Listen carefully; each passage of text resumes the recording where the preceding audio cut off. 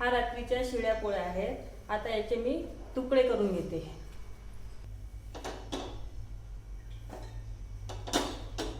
शिळ्या पोळ्या अशा छान बारीक करून घेतल्या.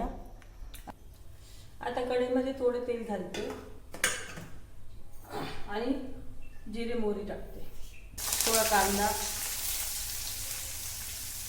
आणि मिरची अगदी थोडी घालते, तिखट आहे.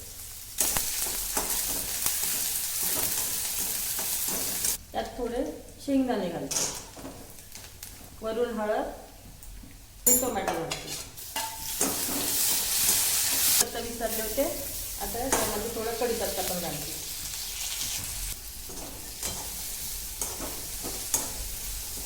आता आपण बारीक केलेल्या पोळ्यांचा चुरा यामध्ये घालते आणि छान परतून घेते.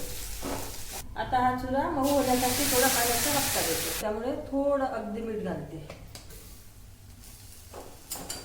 अशा तऱ्हेने आपला शिळ्या पोळ्यांचा चुरमा तयार आहे. आवडल्यास नक्की ट्राय करा.